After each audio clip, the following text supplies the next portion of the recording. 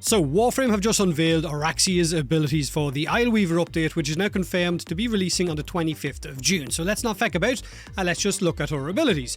Now, Oraxia is described as the Ensnaring hunter, right? She can isolate and execute enemies, she can use her web-slinging mobility to outmaneuver enemies, and she can encase her prey in immobilizing webs. And then she can, of course, seek out those weakened enemies to siphon them for health and energy.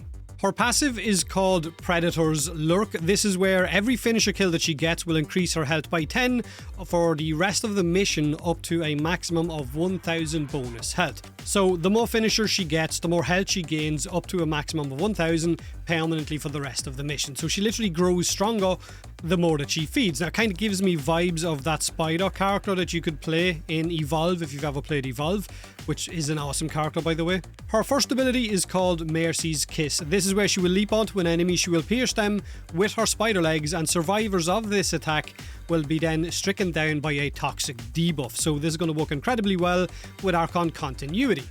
As will her second ability, which is called Webbed Embrace. Now, Oraxia is going to throw a creeping web to ensnare her prey. It sounds like this web is going to grow bigger because enemies caught within the widening radius are trapped inside a cocoon that then deals toxic damage over time. So again, Archon continuity is going to help spread corrosive strip armor at the same time as those two abilities are going to be dealing toxic damage.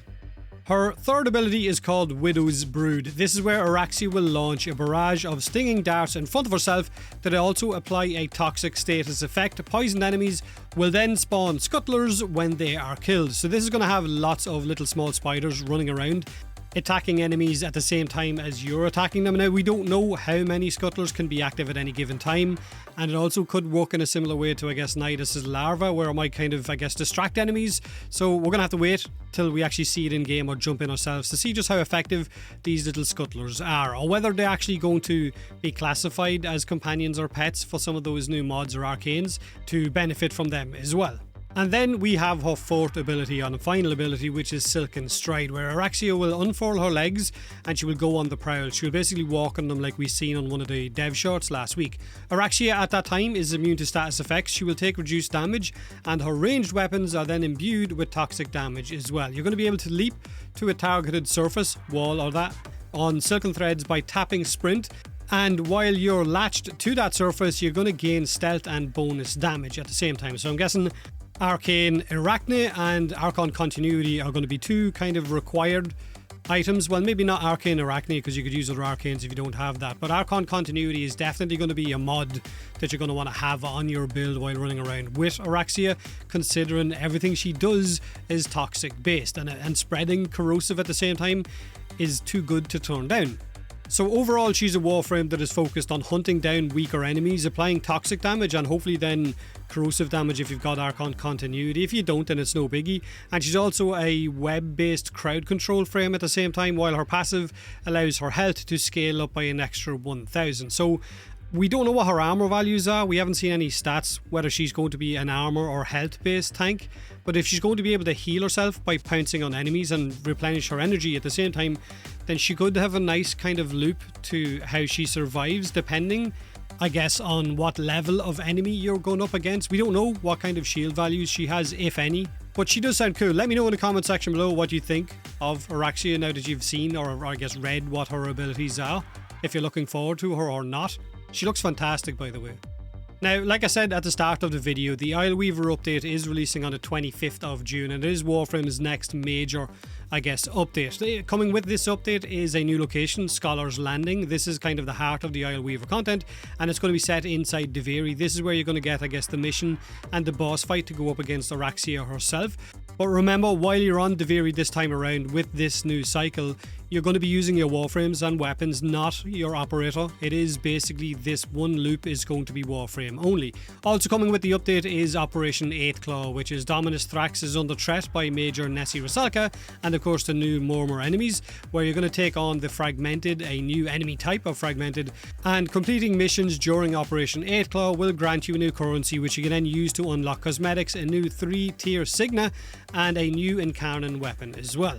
Now, the fact that we're going to be fighting Oraxia on Scholar's Landing is quite interesting, because that was the laboratory island within Deveri that went missing, but it was originally, I guess, housed. Dominus Thrax had given it to a mysterious stranger with haunted eyes who spoke of realms beyond the void, but then it vanished overnight without explanation, leaving no trace of the stranger's work or repentance. So either that was the man on the wall, or that was the original Albrecht and Trati that was on the laboratory on Scholar's Landing. But now we're going to be jumping into that and dealing with Oraxia.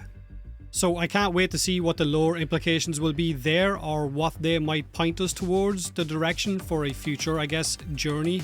Now, also coming with this update, of course, is the Valkyr rework, which has, I guess, been a huge topic or a huge point of contention over the last few weeks. They have changed her based on community feedback. They have made her a little bit tankier and a few other changes. It's going to be interesting to see what the community actually builds once she gets released into it, or what the community actually thinks. Now, in order to experience Isleweaver and everything it has to offer, you're going to have to complete the Hex quest in Warframe 99 first. However, they have said that they are streamlining the path through earlier stages of Warframe's main story quests and the star chart in order to help new players experience Isleweaver sooner.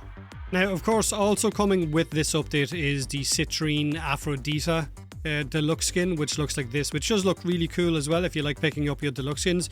But I think when it comes to Oraxia, she is a pretty cool looking frame, and I mean that in the best possible way. She's elegant, she's a predator, she's a bit of a webbed assassin if you want to. She's not just about, I guess, dealing raw damage. She also has crowd control, and you're going to be rewarded for executing or ambushing enemies in order to scale her health up permanently for the rest of the mission by that 1000 extra health. And I'm sure most of you right now are already calculating how you can build your Oraxia, or how you can mod her to get the most out of her, because I know I am, and I genuinely can't wait to get my hands on her, because she is one of the coolest looking frames that we've had, and I've said that a few times. I do understand that.